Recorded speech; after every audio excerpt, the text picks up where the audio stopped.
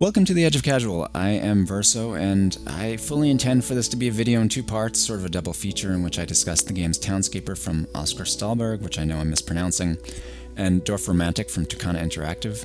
I was going to do it in one, but as it turned out, I'm way too long-winded, so I'm largely going to be limiting myself to talking about the former Townscaper for now. For the record, I'm not certain that you could even consider these two games to be within the same genre, except to the extent that they're both builders, sort of. Townscaper is, to be sure, more of a creative game, while Dorfromantik really leans more toward the strategy genre. But I think they both essentially scratch a similar gaming itch, and it made sense to me to group them together. So let's talk about that.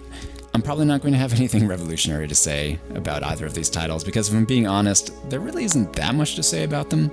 Both games seem to have been designed to fulfill the need for a peaceful city builder. Dorfromantik, in fact, explicitly states this, both in its store description and the promotional video. And I think both titles are a response to the number of kind of tower defense, colony, survival, etc. games on the market right now. And honestly, I get that, because sometimes you really do want to make something, just make something, and not have to worry about defending it from zombies, raiders, aliens, or whatever, or at least I do. And to be certain, I like both of these games, but am I in love with them?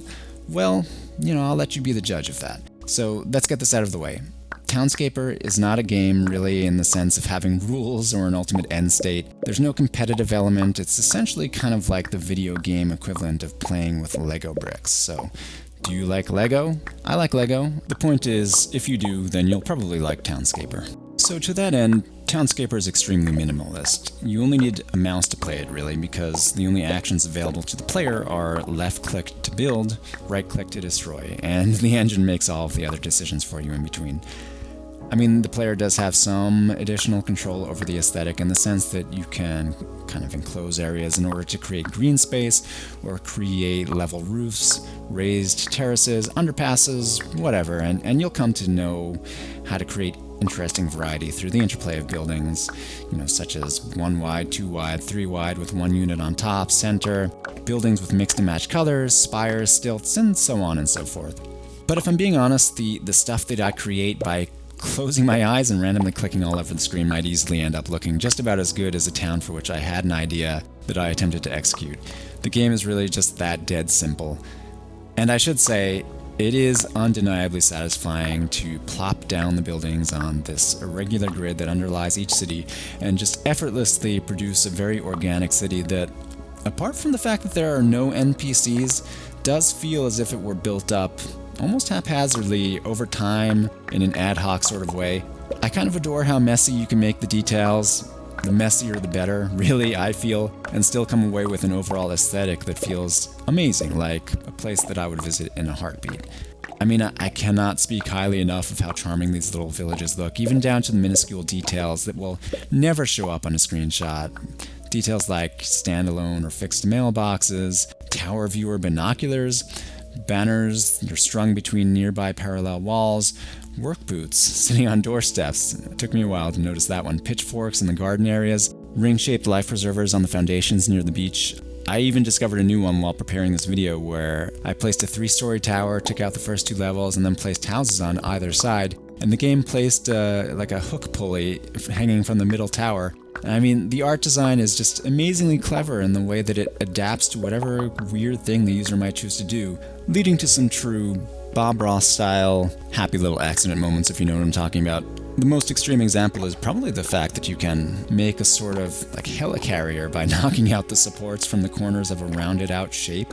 Though I do have to admit, I did not figure that one out on my own, and it took me a while to locate a proper location even to do it on the grid. I think if I were going to sort of carve about anything at all, it would simply be that towns do feel somewhat lifeless. The various seagulls, pigeons, butterflies, or what have you that inhabit the island feel like a means of addressing this concern, as does, to a lesser extent, the fact that lights will turn on at night. And these details do go some ways toward alleviating the slightly creepy sensation that maybe you shouldn't be here, like you've stumbled across some sort of perhaps, mystical abandoned village out in the middle of the sea, kind of a Bermuda Triangle thing going on. But yeah, I'm not going to downplay that issue. It's kind of a sad state of affairs that you pour your creativity into something that won't ever be used, so to speak. And so anything, something additional to indicate the presence of humans would be nice. Even some little sailboats, for example, floating around would help create that illusion. Tangentially, it reminds me a bit of the classic Twilight Zone episode, Where Is Everybody? And if you don't know what I mean, you should definitely look that one up. Watch it on Netflix. It's pretty great. There's also a similar episode, going off on an even further tangent, where 2 humans are abducted by aliens to live in a giant model train village, but that one's not as good. And you can watch that one too if you want. Anyway, pursuing a bit further the notion of towns not feeling lived in. So, in an ideal world, I probably would have wanted to see like storefronts at a bare minimum, maybe some vendor stalls, flower carts, straw bales, open air cafes, whatever, things like this. And in an extremely ideal world, perhaps industrial buildings and all that entails. In this dream version of the game, you would have to give some control over to the user to set the zoning, so to speak, and some of you may think that would run contrary to Stahlberg's vision for the game, and I might concede that, I guess, but in any event, it's what I would want, personally. Also, some functionality for dirtying things up a bit probably would not go unappreciated, because these villages are, to my mind, far too pristine, like just a brush that you could toggle on that would indicate that foliage could grow more wild in certain areas, or put potholes in the streets, soot on the buildings, things like this. But look, at the end of the day, I recently said on Twitter that I think this game may be a work of pure genius, and I sincerely meant that. But is it perfect? Well, no, but then again, I guess nothing ever is, so make of it all what you will. I do like Townscaper a lot, and I see this as something that could almost be more of a therapeutic experience for some people rather than a city builder. It's a very zen-like experience, and it achieves what I assume is exactly what its creator intended. Though with all that said, it's likely not a game I'm going to be playing every day. I don't really think it's meant to be that kind of game. It feels a very, very specific niche, and beyond that, you can't really say that there's that much to do. But it's a lovely artistic game, and for the price of a sandwich, literally, it's just a stupidly good deal and something special to pull out of your toy box on a rainy day, or even just any day. Okay, I'm done. I told you at the beginning that I'm long-winded, and you were warned, so if you appreciated any of this, I hope you'll come back for my impressions of Dorfromantik whenever I get around to that.